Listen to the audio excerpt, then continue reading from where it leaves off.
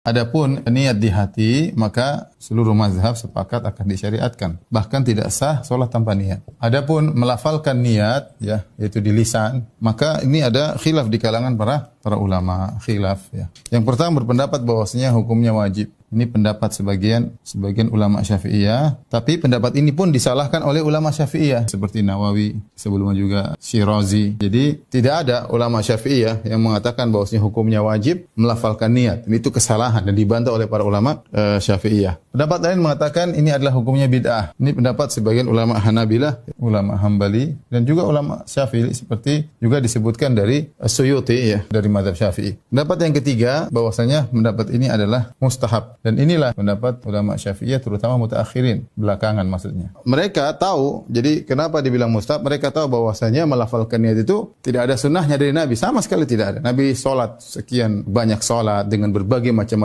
model sholat wajib, sholat sunnah. Kemudian juga ribuan sahabat yang sholat dengan berbagai macam sholat. Tidak seorang pun dari mereka kemudian mengatakan sholli fardhu zuhri atau sholli sholat ad-duha misalnya, sunnat ad-duha dan yang lainnya. Mereka tidak pernah melafalkan niat. Tetapi apa tujuan ulama Syafi'iyah ketika mengatakan ini mustahab? Sehingga mereka mentakbir, mereka tidak mengatakan sunnah. Kalau sunnah itu berarti ada dalilnya. Tapi mereka kata mustahab. Mustahab itu artinya disukai. Mereka tahu ini tidak ada dalilnya. Tapi apa tujuannya? Tujuannya agar memperkokoh niat yang ada di hati.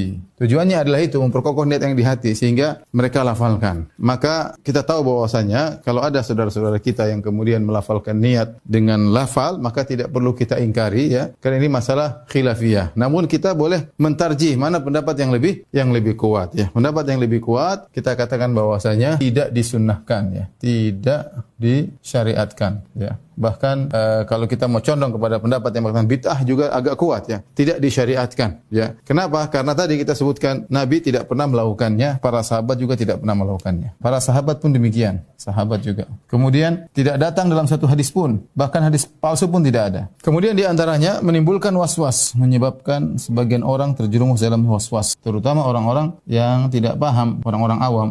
Sebagian tatkala kita sedang bersafar, di tempat bersafar ada yang bertanya, dia mau sholat jamak qashar, dia bingung niatnya bagaimana. Dia tanya, dia bingung. Orang awam menyangka bahwasanya kalau tidak melafalkan niat tidak sah. Padahal mazhab Syafi'i yang muktamad atau yang dijadikan patokan adalah mustahab, bukan wajib. Yang wajib ini keliru. Tapi karena orang awam tidak ngerti, dia menganggap harus mengucapkan lafal niat. Kalau tidak melafalkan niat tidak boleh sholat. Maka dia bingung ketika dia mau sholat jamak qashar, bingung dia bagaimana cara melafalkannya, ya. Padahal yang benar bahwasanya niat cukup di hati. Oleh karenanya kita katakan pendapat yang benar adalah bahwasanya melafalkan niat tidak disyariatkan, cukup ada di hati, ya. Lagi pula para ulama sepakat kalau terjadi perbedaan antara lisan dengan hati, mana yang menjadi patokan? Menjadi patokan hati. Misalnya seorang niat salat zuhur, kemudian dia usolli fardul asar, dia salah ngomong, dia bilang aku berniat salat asar, Allahu akbar. Ternyata dia salat zuhur, yang jadi patokan lisannya atau hatinya? Yang jadi patokan adalah hatinya. Sehingga dengan ini semua tidak perlu kita melafalkan niat, tidak perlu kita melafalkan niat. Tetapi saya katakan ini masalah khilafiyah. Kalau ada saudara-saudara kita dari